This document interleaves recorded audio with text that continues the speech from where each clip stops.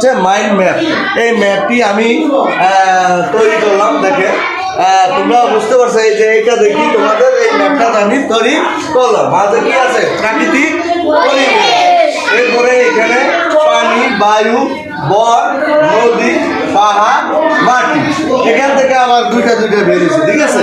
এটার সাথে এই যে কীটনাশক ব্যবহার, এই যে এখানে আছে আবার কীটনাশক ব্যবহার। এই যে দেখো আমি লিখতেছি কীটনাশক ব্যবহার, ঠিক আছে। এই কীটনাশক ব্যবহার করে কারা? মানুষে করে না? কীটনাশক ব্যবহারের ফলে এই মাটি, পানি, বায়ু, বন, নদী, পাহাড় এগুলো কি হয়? দূষিত হয়, ঠিক আছে। এটাকে বলা হয় কি ম্যাপ? Mind map. কি ম্যাপ? Mind map. তাহলে তোমরা এটা বাড়ি থেকে আমার মতো এরকম তৈরি করে আনবা কালকে বাড়ির কাজ, ঠিক আছে।